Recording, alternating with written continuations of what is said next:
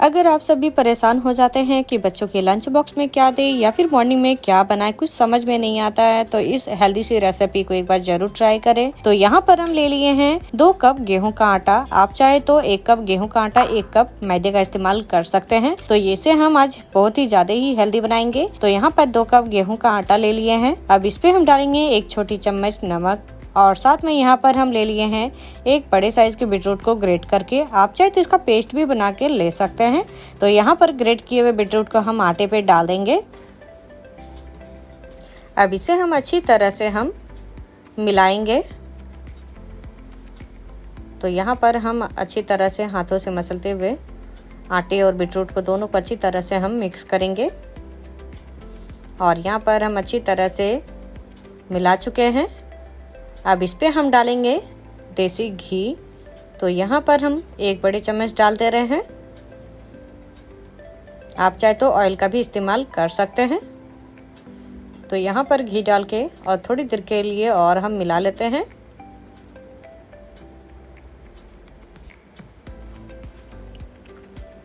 तो यहाँ पर अच्छी तरह से हम मिला लिए हैं। अब इस पे हम डालेंगे हल्के हल्के पानी।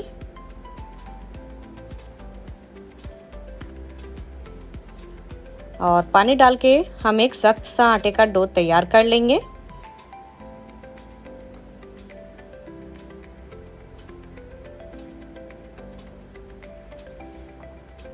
तो यहाँ पर हम अच्छी तरह से हम आटे का डो को तैयार कर लिए हैं। और यहाँ पर आप देख सकते हैं ये ना ही ज़्यादा सख्त है ना ही ज़्यादा सॉफ्ट। तो इसे हम रेस्ट के लिए छोड़ देते हैं 10 मिनट के लिए। अब यहाँ पर हम स्टफिंग तैयार करेंगे।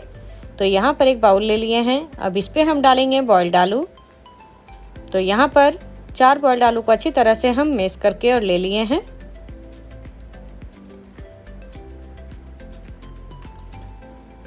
अब मैश किए हुए आलू को यहाँ पर हम मिक्सिंग बाउल पे डाल देते हैं। अब इस पे हम डालेंगे थोड़े बहुत और इंग्रेडिएंट्स। तो यहाँ पर हम ले लिए हैं बारीक कटे हुए 1 बड़े साइज के प्याज, 3 हरी मिर्च ले लिए हैं, थोड़ी सी हरी धनिया ले लिए हैं। आप हरी मिर्च को कम ज़्यादा कर सकते हैं।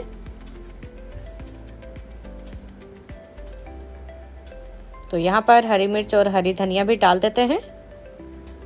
अब इस पे हम डालेंगे थोड़े बहुत मसाले। तो यहाँ पर धनिया पाउडर डाल देंगे 1 छोटी चम्मच।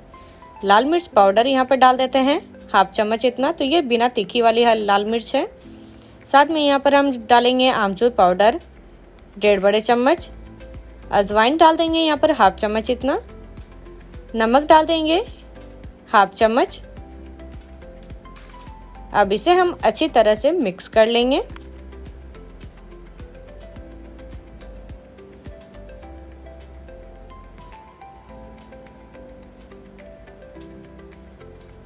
तो यहाँ पर अच्छी तरह से हम मिक्स कर लिए हैं। अब इसे हम रखते हैं साइड में।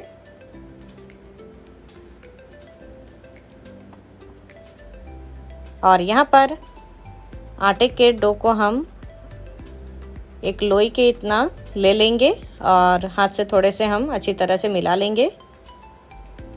तो यहाँ पर एक चपाती के इतना हम लोई लिए हैं। अब इसमें हम थोड़े से आटे को डस्ट करेंगे। अब यहाँ पर आटे के लोई को हम एक चपाती की तरह बेल के तैयार कर लेंगे।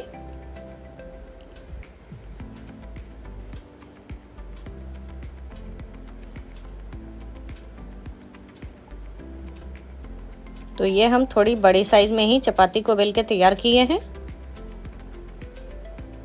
इस आलू की स्टफिंग को डालेंगे इस चपाती के ऊपर में और फैला देंगे हम चारों तरफ। तो यहाँ पर आप जितनी मात्रा में हो स्टफिंग डाल सकते हैं।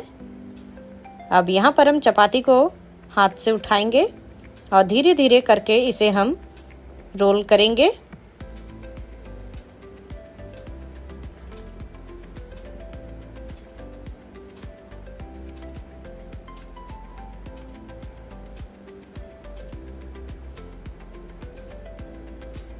आप चाहे तो थोड़े से पानी डाल के और इसे चिपका सकते हैं, लेकिन इसमें हम पानी नहीं डालेंगे, ये अपने आप ही इसी तरह चिपक जाएगी।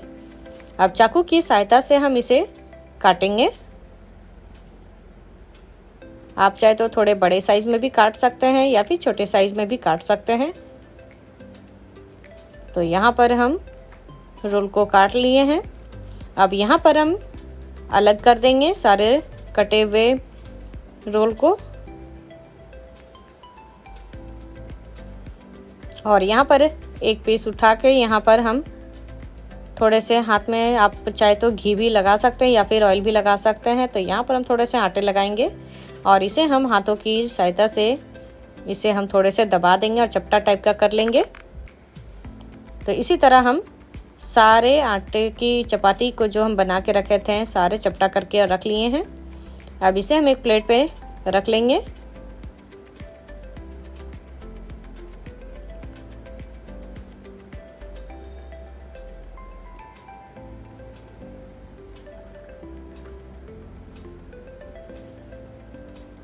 अब चलते हैं इसे हम फ्राई करने के तरफ। तो यहाँ पर हम एक तवा को गरम कर लिए हैं। अब इस पे हम डालेंगे वेजिटेबल ऑयल और थोड़े से हम चम्मच की सहायता से फैला देंगे और गरम होने देते हैं थोड़ी देर के लिए।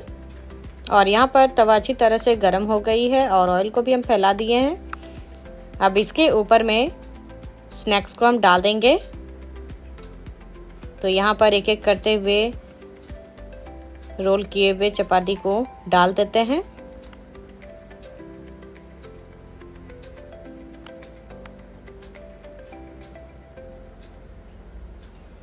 अब इसे हम दोनों साइड उलट पुलट के अच्छी तरह से हम फ्राई कर लेंगे।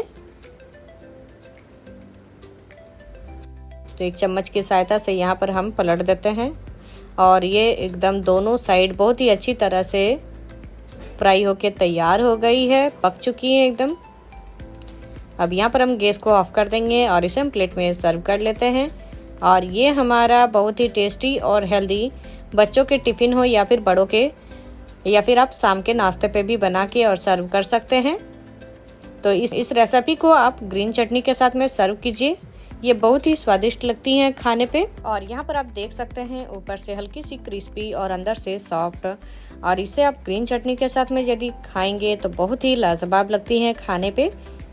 तो आप सभी को यदि हमारी ये रेसिपी अच्छी लगी हो तो आप सभी अपने घर पे एक बार जरूर ट्राई करें।